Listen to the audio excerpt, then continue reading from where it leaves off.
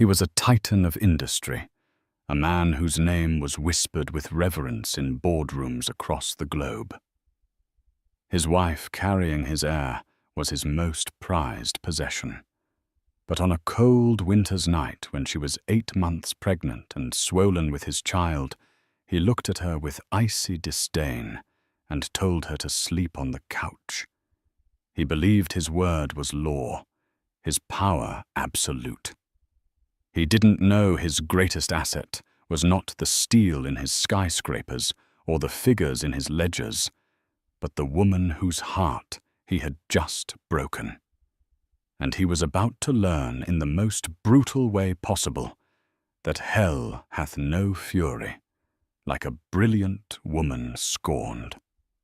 The air in the penthouse was always the same, chilled to a precise 68 degrees Fahrenheit, filtered and faintly scented with a bespoke blend of white tea and cedar that cost more per ounce than most people's groceries. It was the kind of air that never carried the memory of the outside world, a sterile atmosphere for a sterile life. For Genevieve Parker, at 8 months pregnant, it felt like she was suffocating. Her husband, Corbin Shaw, stood by the floor-to-ceiling windows, a silhouette of immense power against the glittering tapestry of the city below. His back was to her, a posture she had become intimately familiar with. He wasn't admiring the view. He was commanding it. At 42, Corbin was the CEO and founder of Shaw Consolidated, a sprawling empire of commercial real estate and tech investments. He was sharp, ruthless, and devastatingly handsome in a way that seemed sculpted by ambition itself. His suits were tailored by a man in Naples who only worked for 3 clients. His watch was a Patek Philippe Grandmaster chime, and his heart, Genevieve had come to realize, was a fortress of ice. Their marriage, just under 2 years old, had begun as a whirlwind romance that had graced the covers of society magazines. "The Titan and the Teacher," one headline had proclaimed. Genevieve had been an art history teacher at a prestigious private school, passionate and vibrant. Corbin had pursued her with the same single-minded focus he applied to a hostile takeover. He'd showered her with attention, admiration, and the intoxicating promise of a life without limits. She had fallen in love with the man she thought he was, the one who listened intently, who remembered she loved sunflowers, who held her hand like she was the most precious thing in the world. That man had vanished almost the moment the wedding rings were on their fingers. He had not changed. He had simply concluded a successful acquisition. Now her life was a curated collection of beautiful empty things. Luncheons with other wives who spoke only of charity galas and their husbands' latest triumphs. Wardrobes filled with clothes she had no occasion to wear. A home that felt more like a museum than a place to live.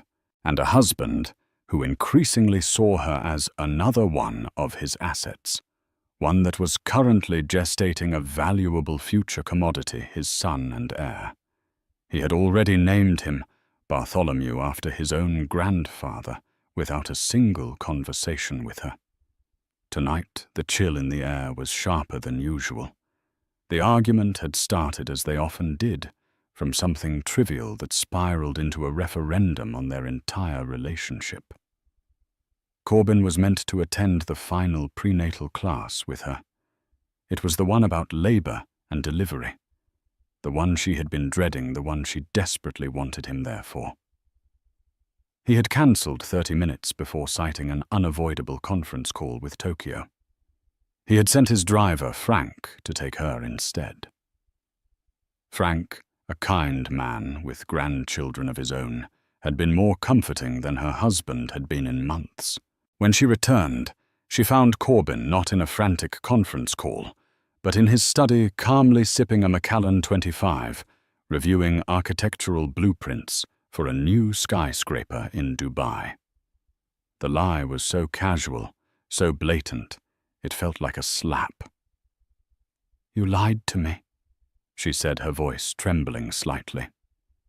She stood in the doorway of the cavernous, mahogany-panelled room, her hand resting on the tight swell of her belly. Corbin didn't look up from the massive oak desk. I had work to do, Genevieve. The call was rescheduled. It's not important. It was important to me, she insisted, stepping into the room. The baby kicked a hard, insistent thump against her ribs.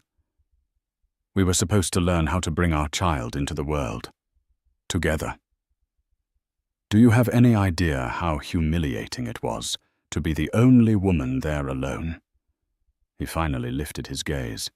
His eyes, the color of slate, held no apology, only impatience.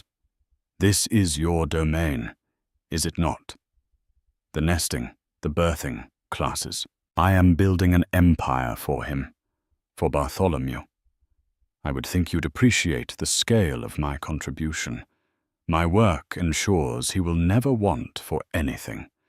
Your class ensures he knows how to breathe. Let's not pretend the two are of equal importance. The condescension in his tone stole her breath. My domain. You think raising a child is like managing the housekeeping staff. Corbin, this is our son. He needs a father, not just a benefactor. He has a father, Corbin said, his voice dropping to the low, dangerous tenor he used in the boardroom just before eviscerating an opponent. He has one who is ensuring his legacy.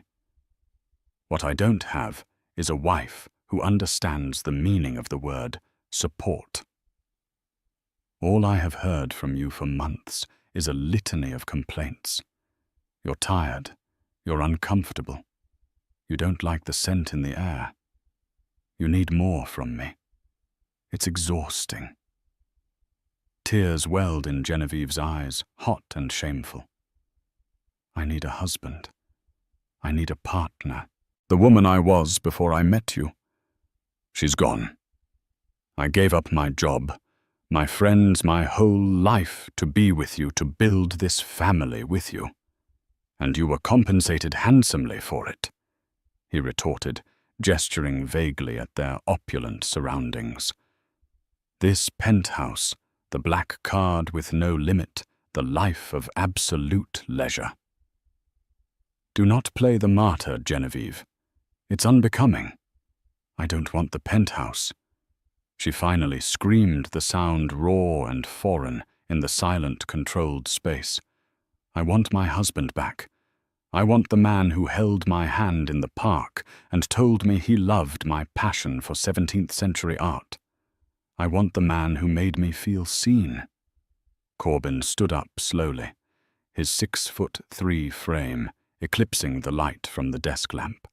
He walked around the desk and stopped in front of her, looking down not at her face, but at her swollen belly. The man you describe was closing a deal, he said, his voice utterly devoid of emotion. And he was successful. This hormonal, weepy creature before me is a distraction I can no longer afford. Your constant emotional demands are affecting my focus. He looked past her towards their master suite at the end of the hall. I have a 7 a.m. meeting with the board. I need a full night's sleep undisturbed. The tossing and turning, the getting up every hour, the ridiculous number of pillows. I can't deal with it tonight. Genevieve stared at him, her heart pounding a sick, slow rhythm. She couldn't believe what he was implying. What are you saying? His eyes finally met hers, and they were the eyes of a stranger. Cold, hard, final. I'm saying, he articulated slowly, as if speaking to a child, that you can sleep on the couch in the living room tonight. I need my sleep. My work is too important. The words hung in the chilled air, more brutal than any physical blow. The couch. He wanted his 8 months pregnant wife, the mother of his unborn child, to sleep on a $1,000 designer couch that was built for aesthetics, not comfort, while he enjoyed their custom-made, temperature-regulated mattress in the master suite. It wasn't about his sleep. It was a punishment. It was a clear, unambiguous statement of her value in his world. She was secondary to his comfort and inconvenience to his work. The fight drained out of her, replaced by a profound and terrifying clarity. The tears stopped. Her breathing evened. She looked at the man she had married, the father of her child, and saw him for exactly what he was, a monster cloaked in a bespoke suit. "Fine." She whispered the word, a shard of glass. She turned without another word and walked out of the study. She didn't look back.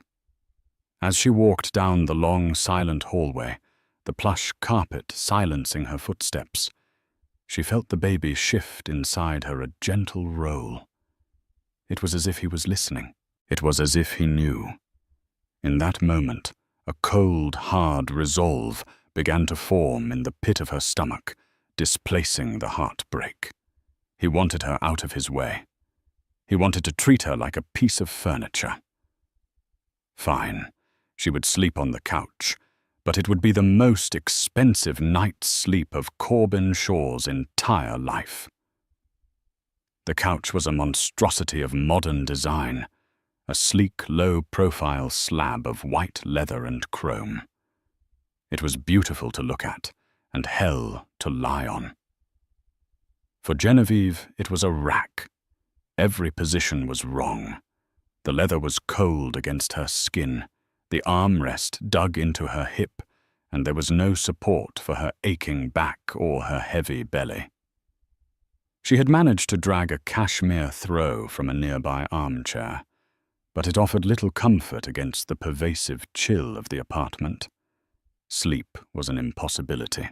With every tick of the grandfather clock in the foyer, a ridiculously ornate piece Corbin had acquired at an auction, Genevieve's despair began to curdle into a pure, unadulterated rage. It was a cold, quiet fury, the kind that doesn't scream, but meticulously plots. He thought she was a weepy creature. He thought her contribution was breathing exercises. He had dismissed her, erased her, and now exiled her to the living room like a disobedient pet. He had forgotten who she was before she became Mrs. Corbin Shaw. In his arrogance, he had made a colossal miscalculation. Genevieve hadn't just been an art history teacher. That was the palatable, society-friendly version of her story. Before that, fresh out of Brown University, with a dual degree in art history, and more crucially, economics with a focus on forensic accounting, she had worked for 3 years at a boutique risk management firm in downtown Manhattan. Her job had been to dive into the financials of companies on the verge of mergers or acquisitions and find the skeletons. She was a digital bloodhound, trained to sniff out hidden debts, fraudulent reporting, and offshore shell games. She was brilliant at it. She had a mind that saw patterns in numbers the way she saw brushstrokes in a Rembrandt. She had quit because the work was cynical and draining. She wanted a life surrounded by beauty and passion, not deceit and spreadsheets. When she met Corbin, her life as a teacher felt like the perfect, gentler path. He had loved that she was smart, but he never bothered to learn the true depth of her intelligence. He saw her mind as a charming accessory, not a weapon. Lying on that couch, the architect of her own misery sleeping soundly in their bed, Genevieve realized she had to pick up her old tools, not for revenge, she told herself, but for survival, for the survival of her child. What kind of future would her son have with a father who could so easily and cruelly discard his mother Corbin's power? Was absolute, because his wealth was absolute.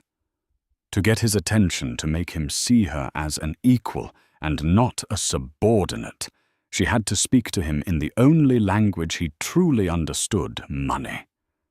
At 2:15 a.m., she pushed herself up from the couch, her joints protesting. The city lights cast long shadows across the marble floors. The penthouse was silent, a sleeping beast. She padded softly, not to her old laptop, but to Corbyn's study. This was the heart of his empire, the command center. She knew he kept a state-of-the-art laptop in his desk drawer, a machine synced to everything. He was arrogant about his security, believing his complex passwords and the building's unbreachable firewalls were enough. She sat in his grand leather chair. It still held the faint scent of his cologne and his self-satisfaction. She opened the drawer. There it was, a sleek black machine. She powered it on. The login screen appeared asking for a password. Corbyn had told her his passwords were a mix of his first dog's name and a random string of numbers he changed weekly. A lie. Corbyn was a creature of habit and ego. His password, she guessed, would be something significant to him, something that reinforced his own sense of greatness. She tried his birthday. Denied. She tried Bartholomew Shaw. Denied. She tried Shaw Consolidated CEO. Denied. She paused, closing her eyes, thinking. What was the most important moment of his life in his eyes? Not their wedding day. Not the day they found out she was pregnant. It was the day he became Corbyn Shaw the Titan. The day his first major deal closed, the one that put him on the map. The acquisition of Vantage Properties.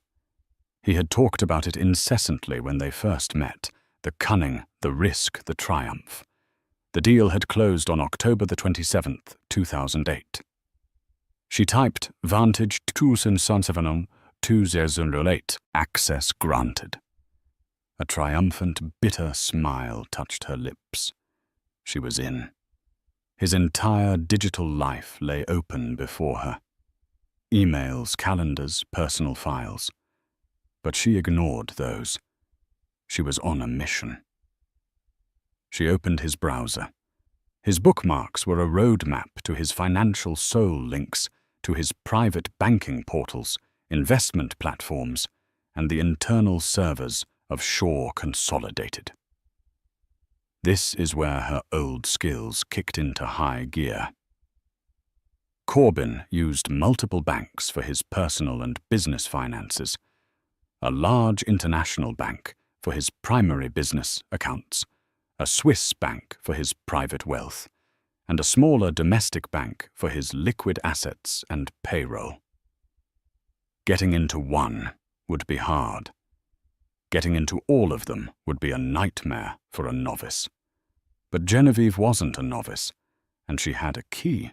A few months ago, complaining about the hassle of managing so many accounts, Corbyn had set up a financial aggregator service, a high-level dashboard that linked all his accounts for a comprehensive overview.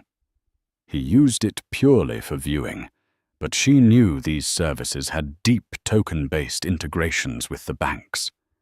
To make changes, he still used the individual bank portals, which required two-factor authentication, usually a code sent to his phone. His phone was on the nightstand beside his bed. Useless. But Corbyn, in his hubris, had set up backup authentication methods. Security questions.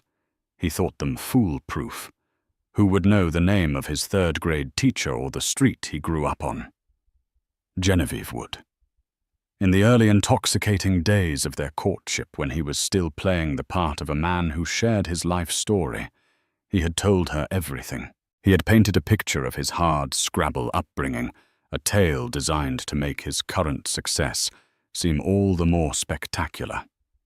She had listened enraptured. Now she summoned those details from her perfect memory. First, the primary business accounts.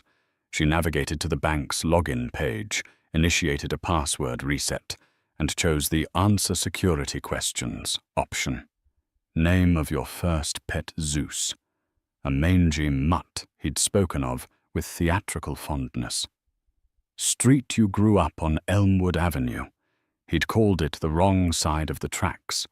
What was your first car? A 1982 Ford Escort. He'd claimed he rebuilt the engine himself. Access.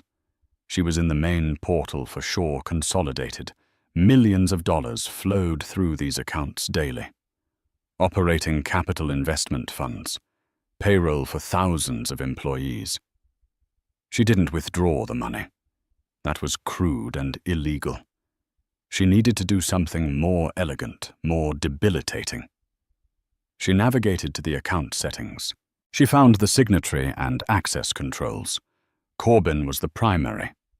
The CFO, a man named Gerald, was the secondary. With a few precise clicks, Genevieve changed the access protocols.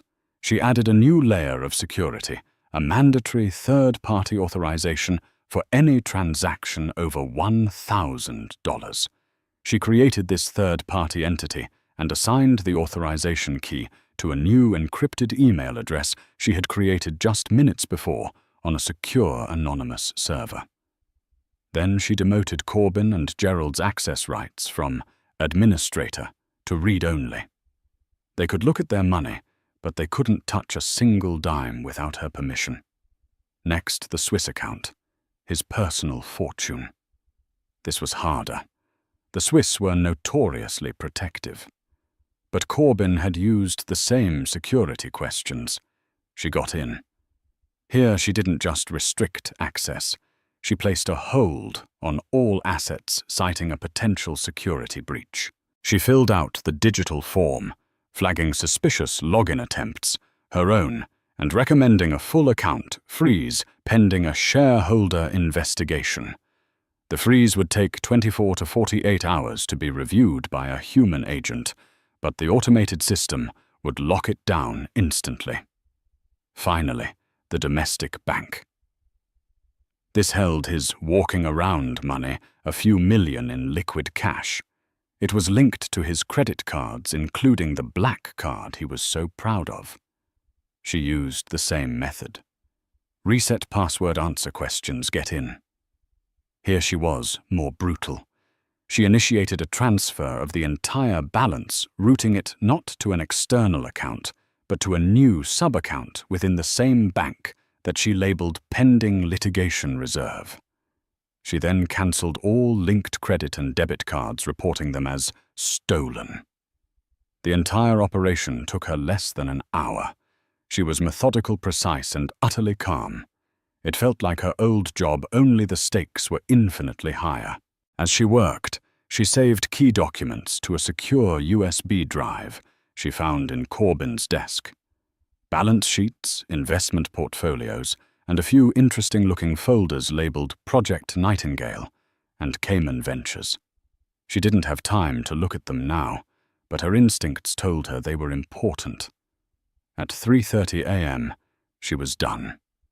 She cleared the browser history, logged out of everything, and shut down the laptop, placing it back in the drawer exactly as she had found it. She walked out of the study, leaving the scent of her husband's expensive cologne and the ghost of his shattered empire behind her. She returned to the white leather couch. It was still uncomfortable, still cold. But as she settled back onto the cushions, pulling the thin cashmere throw over her, a strange sense of peace washed over her. The battle was won. The storm was coming. When the sun rose, Corbin Shaw would wake up a king. But by the time he had his first cup of coffee, he would be a prisoner in his own castle. And Genevieve, the pregnant woman on the couch, would be the one holding the key. Corbin Shaw woke at 6:00 a.m., as he always did, to the silent automated hum of the blackout shades retracting from the vast windows of the master suite. The early morning light, still a soft grey, crept into the room.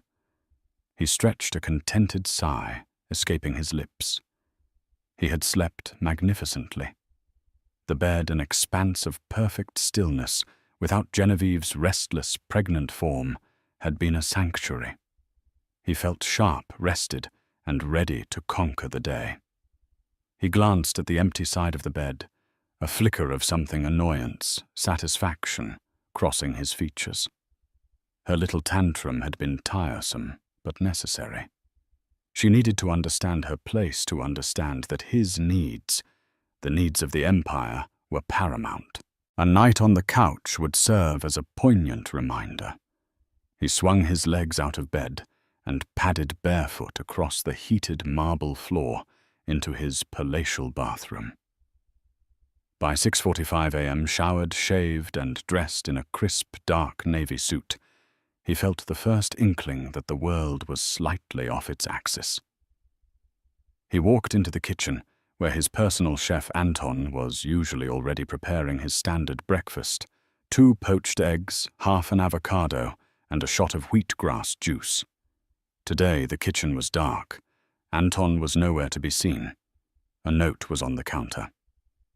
Mr. Shaw. My apologies, but my weekly direct deposit did not arrive.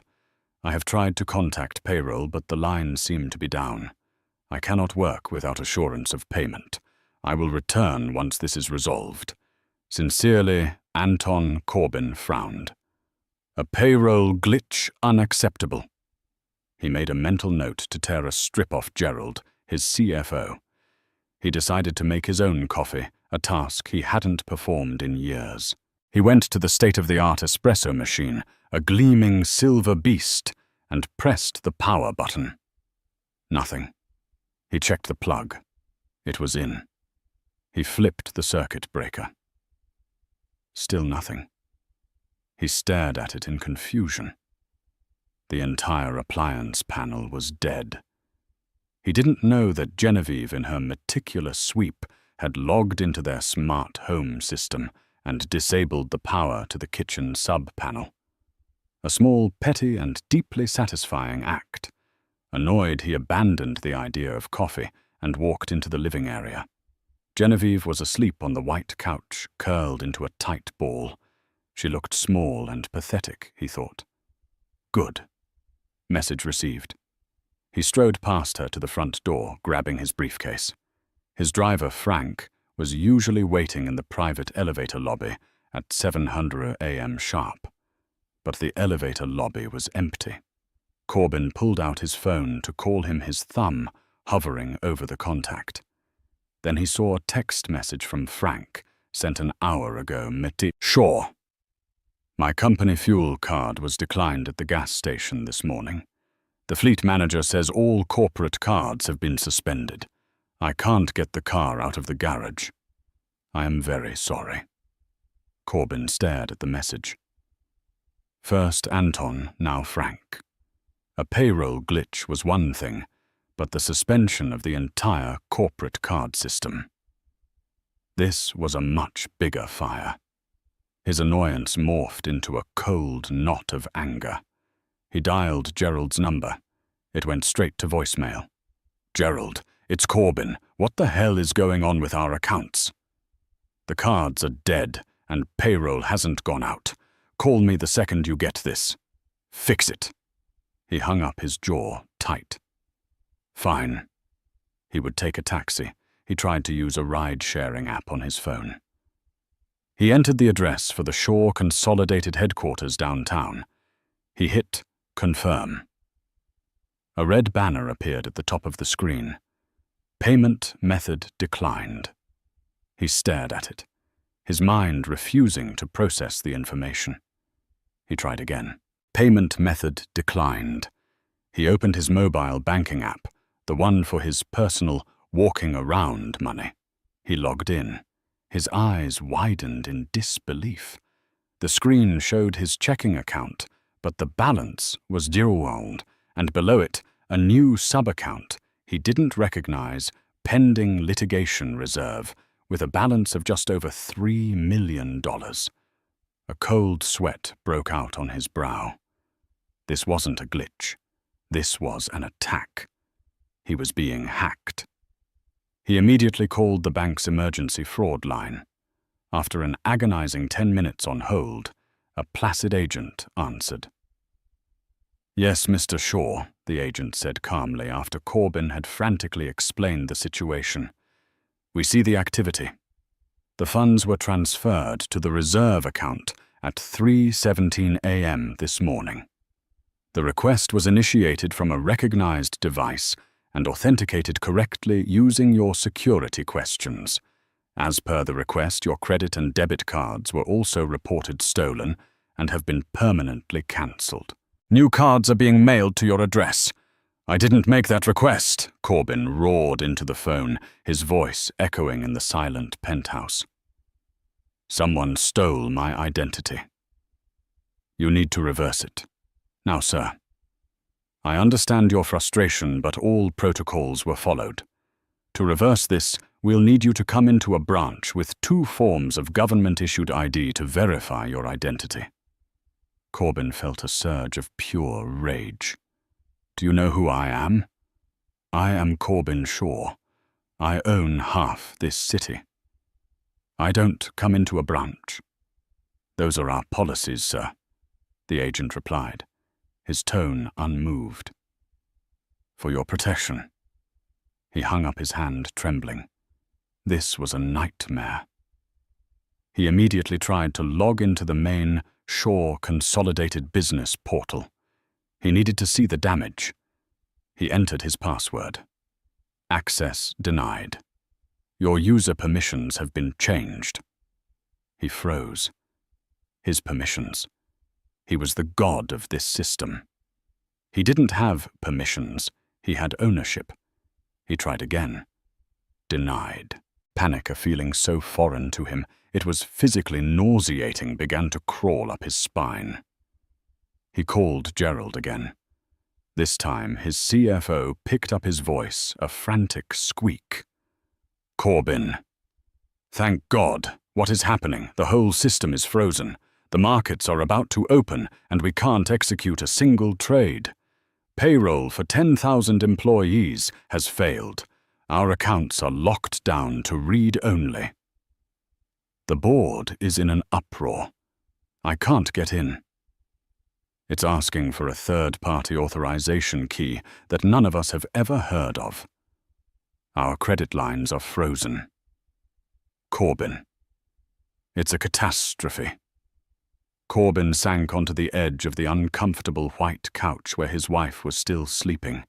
His world was crumbling in real time. His empire was paralyzed. His personal wealth was gone. He was, for all intents and purposes, broke and powerless. And then he heard a soft stirring. Genevieve pushed herself up slowly, groaning as she straightened her back. She blinked, looking at him with innocent eyes. Corbin. What's wrong? You look like you've seen a ghost. He stared at her calm face, at the gentle way her hand rested on her belly.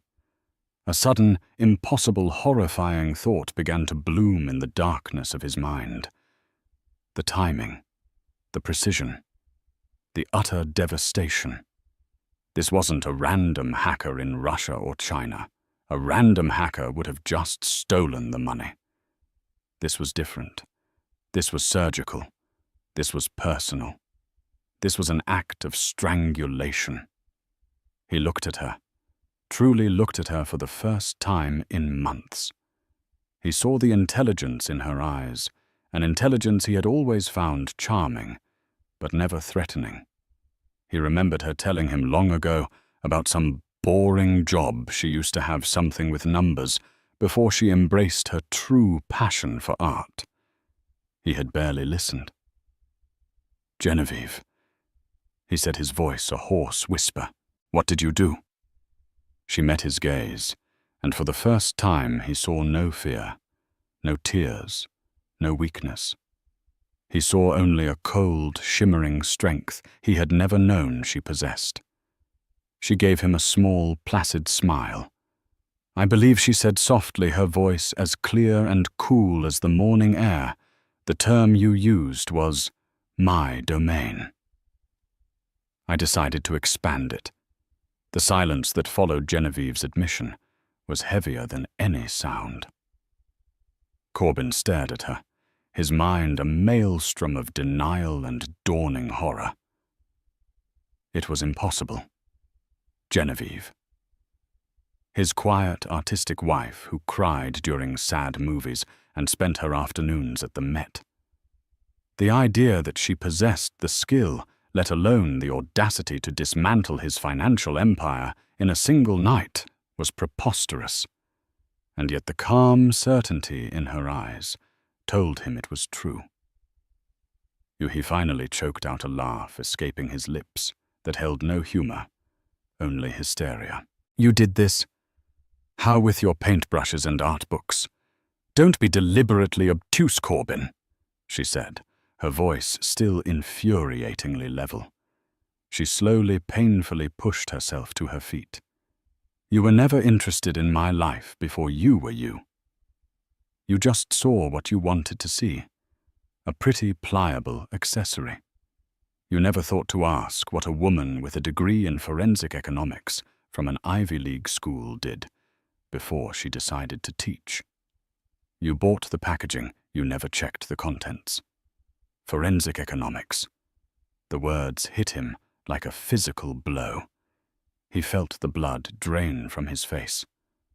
All those nights she'd claimed to be reading, was she studying him? His panic began to sharpen into a focused rage. Unyu.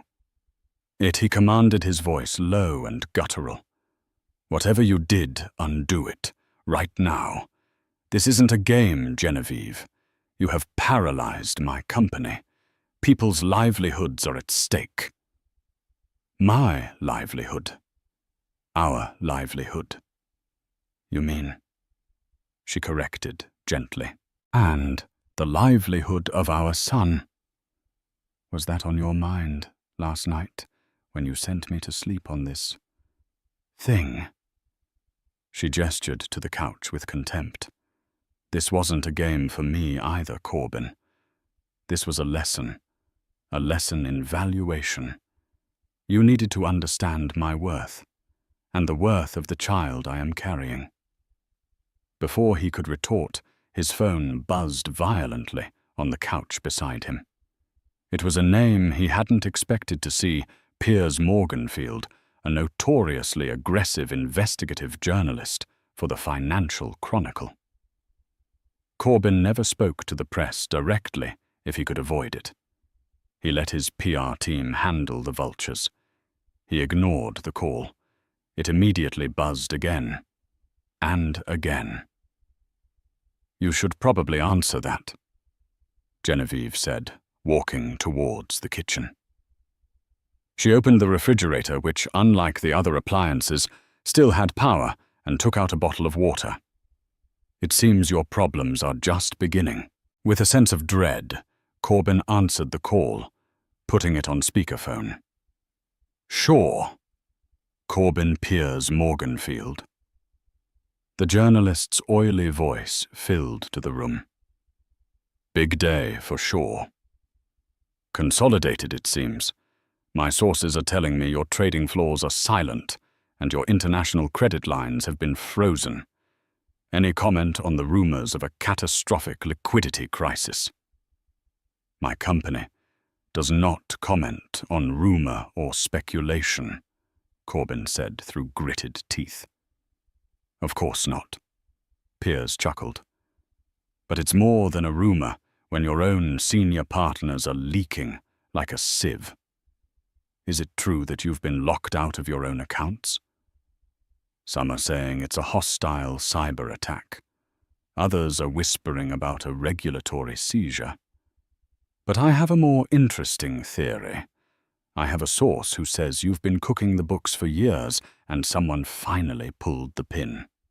Anything to say about a little side hustle called Project Nightingale? Corbin froze his blood, turning to ice. Project Nightingale. It was one of the folders Genevieve had downloaded. He shot a look at her. She was leaning against the counter, sipping her water, watching him. Her expression was unreadable.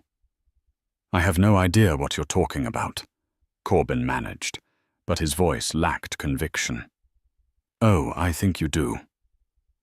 Piers pressed, sensing weakness.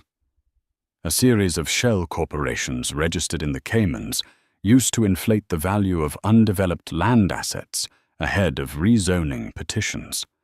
A classic pump-and-dump shore, only with real estate. It's brilliant, I'll give you that, but highly illegal. My source gave me an account number, a transfer record. It seems a large payment was made from Nightingale funds to a certain city planning official just last week. This goes way beyond a liquidity problem. This is a scandal that could send you to prison. Corbin hung up the phone, his hand shaking uncontrollably. He turned to Genevieve, his eyes wild with accusation and a new, terrifying fear. "What did you do?" he whispered. "Did you talk to him? Did you leak those files?" Genevieve set her water bottle down. Her calm demeanor finally broke, but not with fear. With disgust. "You think I would call Piers Morganfield?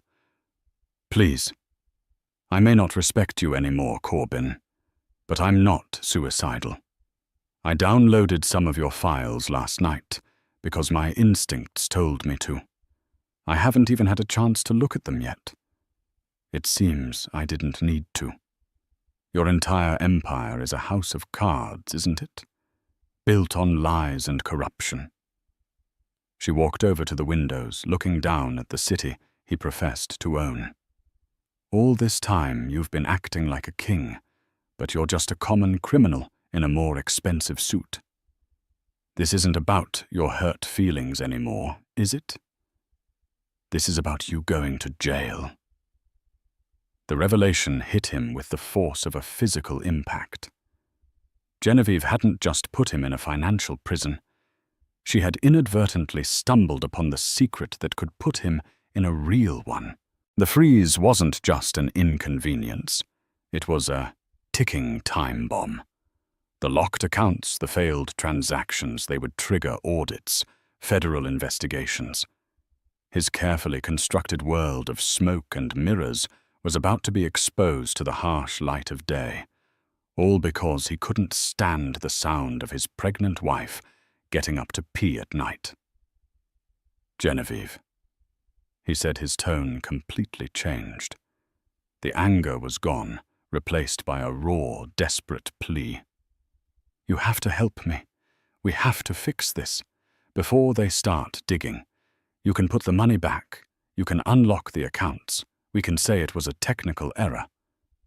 She turned to face him, a humorless smile on her face.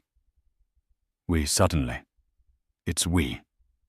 There was no we last night when I was crying in your study. There was no we when you exiled me from our bed. You made it very clear that your world was yours and I was just living in it."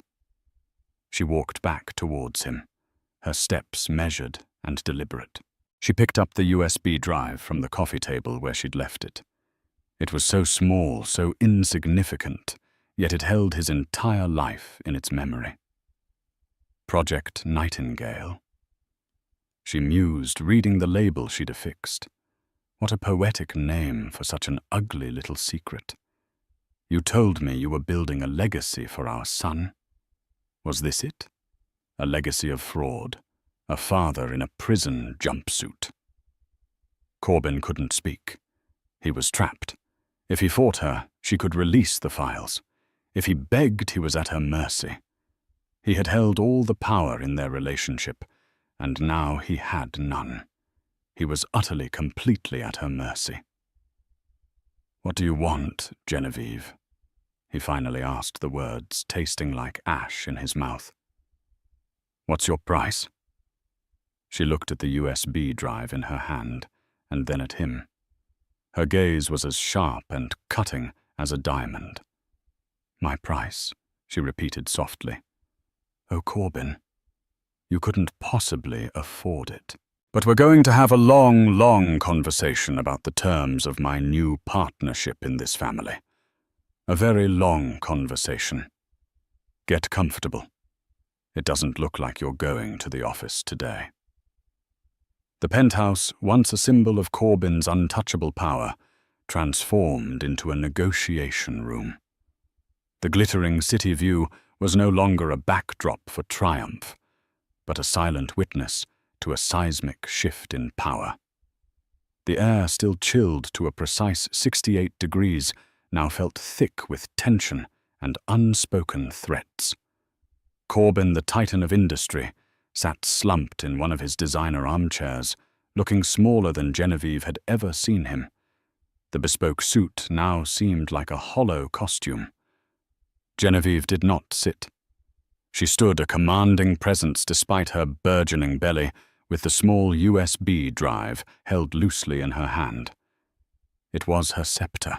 She had spent the last hour in the master bedroom. Their bedroom using her own laptop to finally review the contents of the files she had downloaded. What she found was worse than she could have imagined. Project Nightingale wasn't just a single instance of bribery. It was a sophisticated multi-year scheme involving at least 3 other city officials and the fraudulent inflation of half a dozen properties. It was a conspiracy. Corbyn hadn't just built an empire. He had systematically cheated his way to the top, putting countless investors and the city itself at risk. The sheer scale of the illegality was breathtaking. He wasn't just facing a few years in a white-collar prison. He was facing decades. She walked back into the living room, her expression grim. Corbyn looked up, his face a mask of desperation. The accounts he began using a pet name he hadn't used in a year. It sounded alien and sickening on his lips. The board is calling emergency meetings. The press is... It's a feeding frenzy. We have to reverse this. There is no we, Genevieve said, her voice cutting through his plea. There is you, a man who is about to be indicted on multiple counts of fraud, conspiracy, and bribery.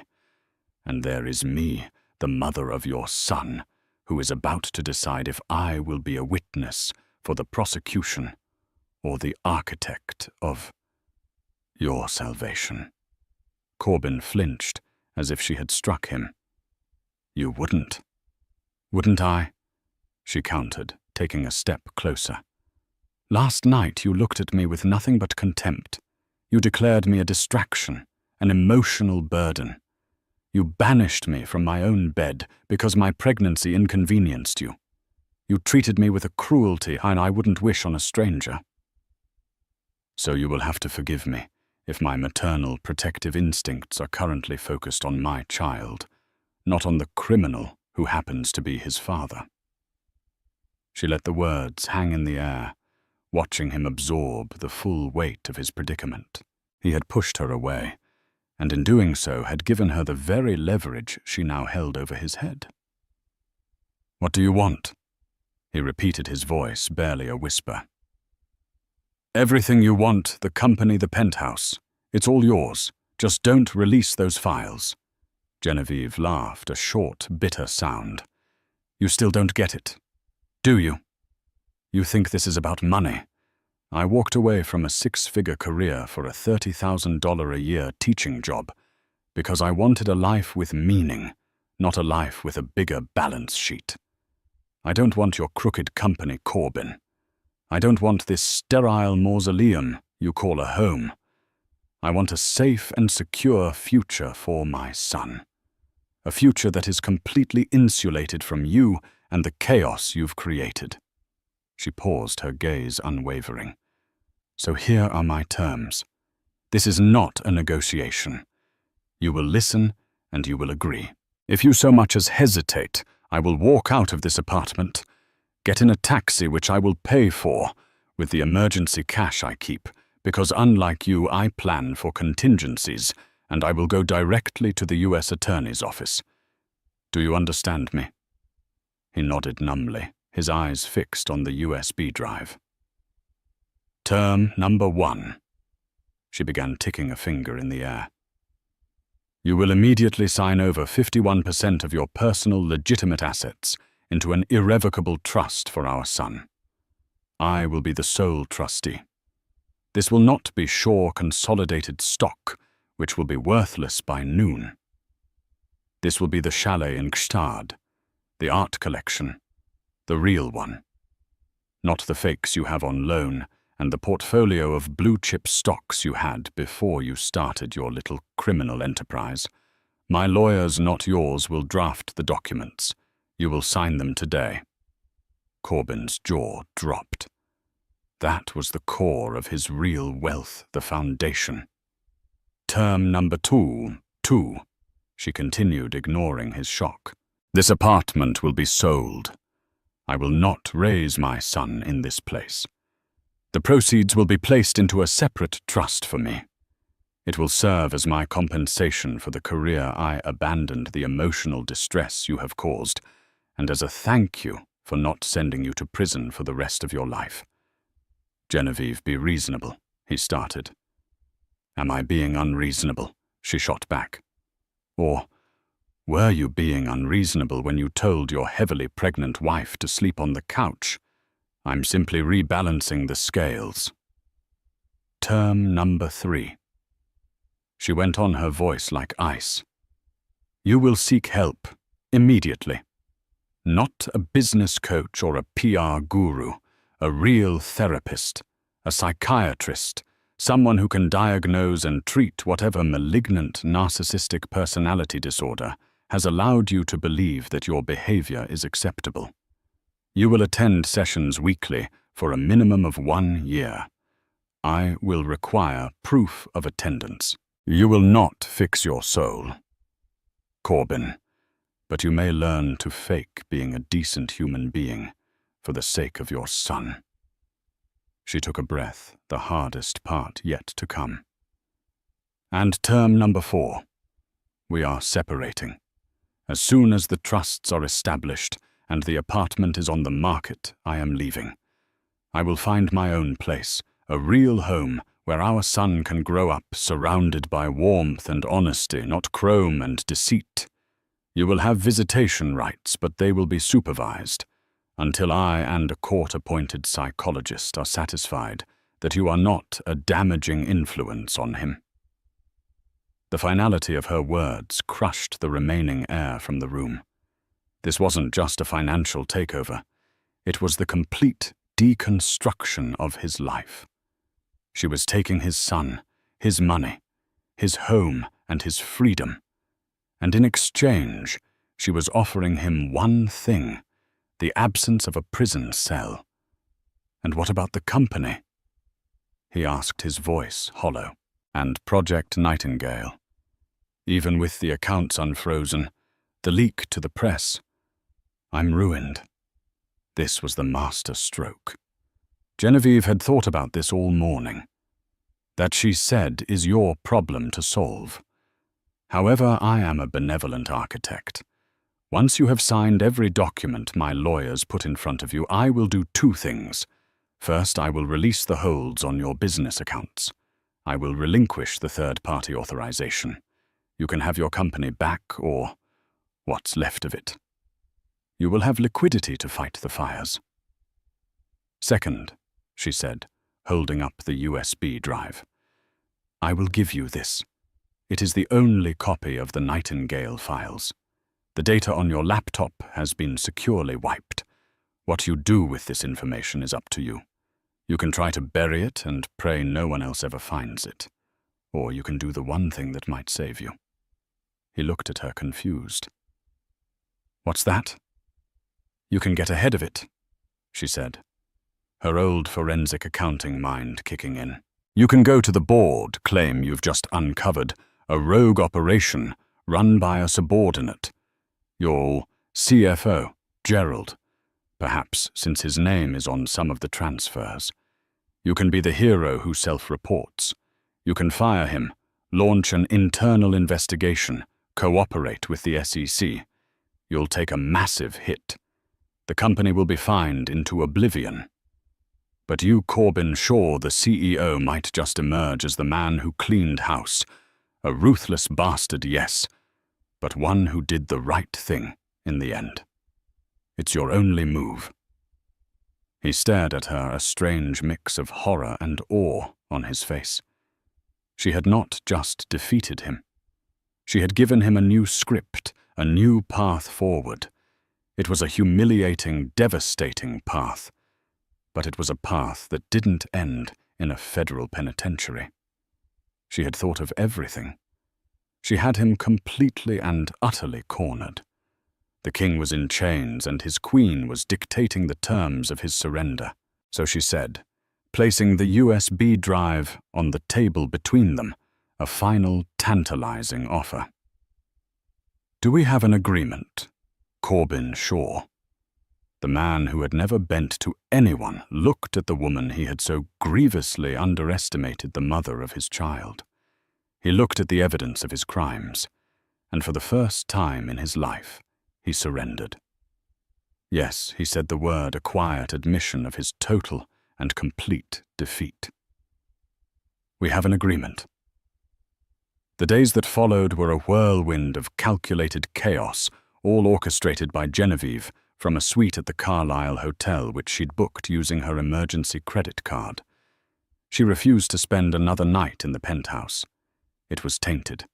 Her first call was not to a divorce lawyer, but to Annette Vogel, the sharpest, most ruthless trust and estates attorney in New York City, a woman known for dismantling the fortunes of arrogant men. Annette, intrigued by the sheer audacity of Genevieve's story, took the case with relish. Within 48 hours, she had drafted a series of ironclad documents that were, as she put it, legal poetry. Corbin, looking pale and gaunt, signed every page in Annette's sterile conference room. He transferred ownership of the Gstad chalet, the verified Klee and Rothko, from his private collection, and a significant portion of his stock portfolio into the Bartholomew Shaw Trust. He signed the listing agreement for the penthouse with a top broker and wired the initial deposit for Genevieve's new trust account from the sale of his prized vintage Ferrari. He presented a letter from a board-certified psychiatrist confirming his first appointment. He did it all without argument, a hollowed-out man going through the motions of his own dismantling. True to her word, the moment the final signature was dry, Genevieve sat with her own laptop and with a few quiet keystrokes relinquished her control over Shaw Consolidated. She sent the anonymous authorization key to the company's general counsel, and the accounts were unlocked. Liquidity flowed back into the corporate veins just in time to stave off complete collapse. Then, as Corbin watched, she slid the small USB drive across the polished mahogany table. "Your story to tell," she said simply. Corbin took it, his hand trembling slightly. He followed her script to perfection. He called an emergency board meeting, presenting himself as a shocked and betrayed leader. He claimed to have been alerted to financial irregularities by an internal system flag, Genevieve's lockdown, which prompted him to uncover a deeply embedded rogue operation masterminded by his longtime CFO Gerald. Gerald, who had been a loyal if spineless follower, was the perfect scapegoat. He was fired spectacularly and publicly. Corbin announced he was self-reporting the issue to the SEC and launching a full, transparent internal investigation. The press, which had been ready to crucify him, now had a new narrative. Corbin Shaw, the ruthless CEO, was cleaning house. His stock plummeted, but it didn't go to zero. He was no longer a titan, but he was a survivor. It was a brutal, ugly, and brilliant move, and it had been designed by the wife he had thrown away. While Corbin fought for his corporate life, Genevieve built a new one. She found a beautiful, light-filled brownstone in Brooklyn on a quiet, tree-lined street. It had a small garden in the back and a room with a large bay window that she decided would be the nursery. The sterile chill of the penthouse was replaced by the smell of fresh paint and old wood. She reconnected with her old friends, the ones she had drifted from, under the weight of Corbyn's shadow. They rallied around her, bringing food, helping her unpack and filling her new home with laughter. She didn't tell them the full story. She simply said that she and Corbyn had different values and that she wanted to raise her son in a different environment. They didn't need to know the details of Project Nightingale or the cold fury that had been forged on that white leather couch. They just needed to see that the vibrant, passionate Genevieve they had known was back. 2 months later, Genevieve gave birth to a healthy baby boy. In the delivery room, holding him for the first time, she looked at his tiny, perfect face and felt a wave of love, so fierce it eclipsed everything else. She did not name him Bartholomew. She named him Owen, a name that meant noble and well-born, a name she chose herself. Corbyn came to the hospital. He stood awkwardly by the door, a ridiculously expensive teddy bear in his hands. He looked older, tired. He had lost a staggering amount of weight, and his company was a fraction of its former self, constantly under the microscope of federal regulators. But he was not in prison. He looked at the baby in her arms.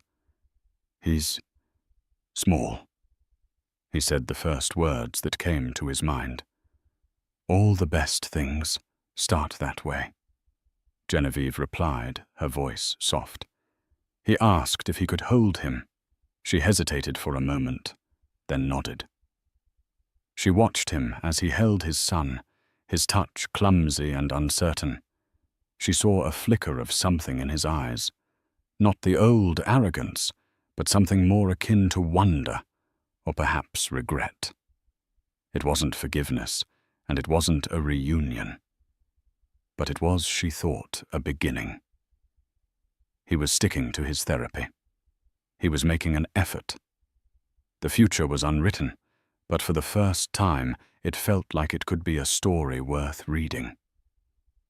Genevieve had not just frozen his accounts. She had frozen a destructive path.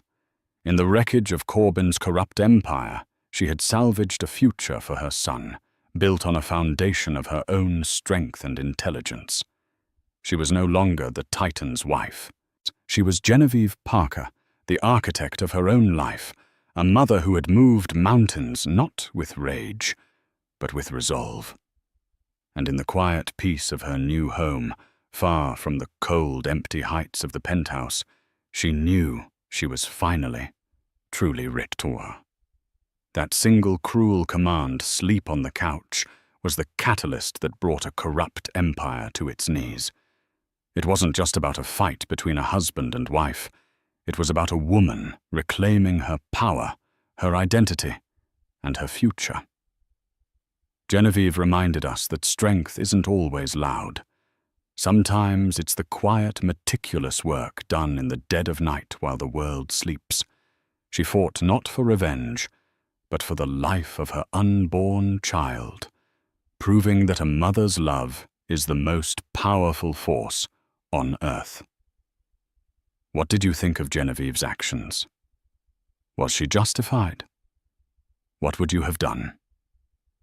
Let us know your thoughts in the comments below. We love hearing your perspectives on these real-life dramas. If this story moved you, please give this video a thumbs up. Share it with someone who appreciates a story of strength and resilience. And don't forget to subscribe for more tales of justice and unexpected twists.